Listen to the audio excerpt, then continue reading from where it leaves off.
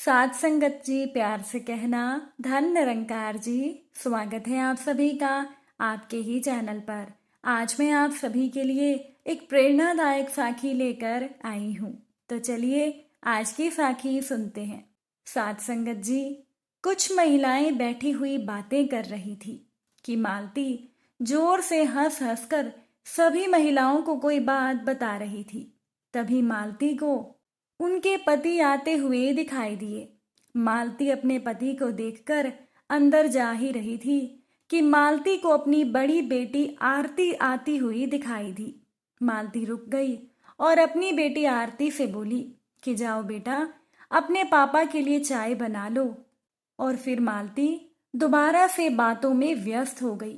तभी मालती की सहेली कुसुम ने कहा कि मालती, तुम्हारी बेटी आरती भी तो थकी हुई आई होगी, क्या वो बेचारी आते ही काम में लग जाएगी? मालती ने कहा, अरे बेटियों को तो आगे चलकर घर संभालना ही होता है, अच्छा है कि उसे अभी से काम की आदत पड़ जाएगी। ये सुनकर मालती की सहेली कुसुम चुप हो गई। मालती काम करने में बहुत होशियार और तेज थी। पहले मालती घर के सारे काम खुद ही किया करती थी। उस समय उसके पास 2 बेटियां ही थी, बेटा नहीं था। मालती ने अपने पति और सास की नजरों में हमेशा अपने लिए उपेक्षा का भाव ही देखा था। फिर तीसरी बार मालती के घर पर बेटे का जन्म हुआ। सभी खुशी से झूम उठे। घर में मालती का सम्मान बढ़ गया। कुछ दिनों के लिए पूरे समय की नौकरानी लगाई गई। फिर धीरे धीरे मालती ने काम में अपनी बेटियों की मदद लेनी शुरू कर दी। अब मालती को अपनी बेटियों को काम तो सिखाना ही था, साथ ही बेटे की देखभाल का अधिक समय भी अब मालती को मिल जाता था। मालती अपनी बेटियों से बहुत काम करवाया करती थी, लेकिन मालती का पति और उसकी सास मालती से कुछ भी नहीं कहते थे, क्योंकि उन लोगों की दकियानूसी मान्यता के अनुसार मालती एक बेटे की माँ थी और बेटे की माँ का घर में सम्मान होता है। और मालती ने भी अभी तक जो अपमान सहा था, वो एक तरह से उसका बदला भी ले रही थी और मनमाना व्यवहार कर रही थी। पर इसी वजह से उसकी दोनों बेटियां पिस रही थी। मालती की दोनों बेटियां हिंदी मीडियम के सरकारी स्कूल में पढ़ती थी। उन दोनों की फीस भी कम थी। सुबह 10 बजे से 4 बजे तक का स्कूल था। सुबह शाम उन्हें घर के कामों में सहायता करने का पूरा मौका मिल जाता था। धीरे धीरे मालती का बेटा भी बड़ा हुआ, लेकिन बेटे को अंग्रेजी मीडियम के स्कूल में डाला गया, क्योंकि उसका सुरक्षित भविष्य जरूरी था। और मालती को लगता था कि उसका बेटा ही उसके बुढ़ापे का सहारा था। अब मालती का बेटा भी स्कूल जाने लगा। अब मालती के पास समय था, लेकिन मालती को काम ना करने की आदत पड़ गई थी। उसे बातें करना बहुत पसंद था। उसकी दोनों बेटियां सुबह शाम काम कर ही लेती थी, इसीलिए थोड़ा बहुत काम करके मालती पड़ोसियों के साथ बातें करने में, बाजार जाने में अपना समय बिता लेती थी। उन लोगों के घर में अब रिश्तेदारों का आना जाना लगा रहता था और मालती दिल खोलकर सभी का स्वागत करती थी और वो सभी मालती की प्रशंसा किया करते थे। अब मालती को मेहमानों के आने पर कुछ अतिरिक्त काम नहीं करना पड़ता था।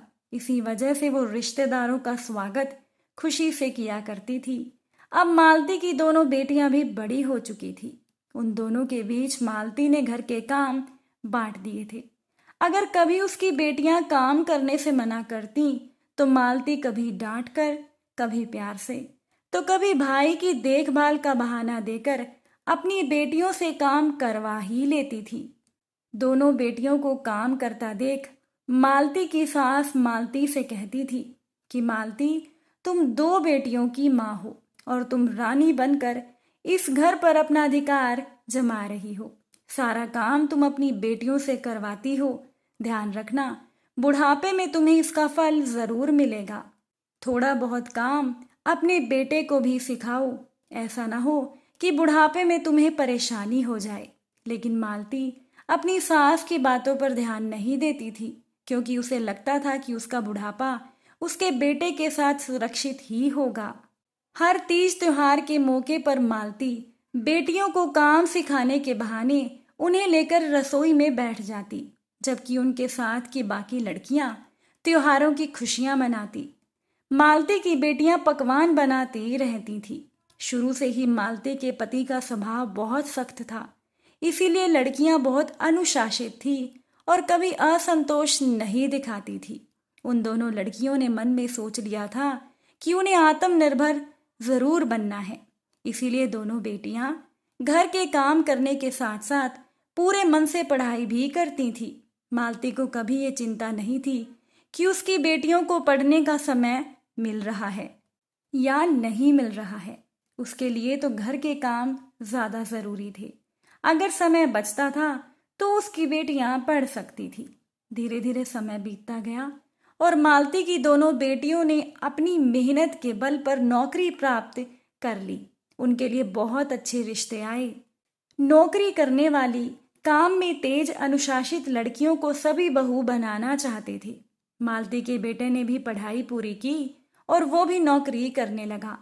अब मालती के बेटे को अपनी सहकर्मी बहुत पसंद थी, पर बेटे की जो सहकर्मी थी उसकी शर्त थी कि वो मालती के बेटे से तभी विवाह करेगी जब सास ससुर से वो अलग हो।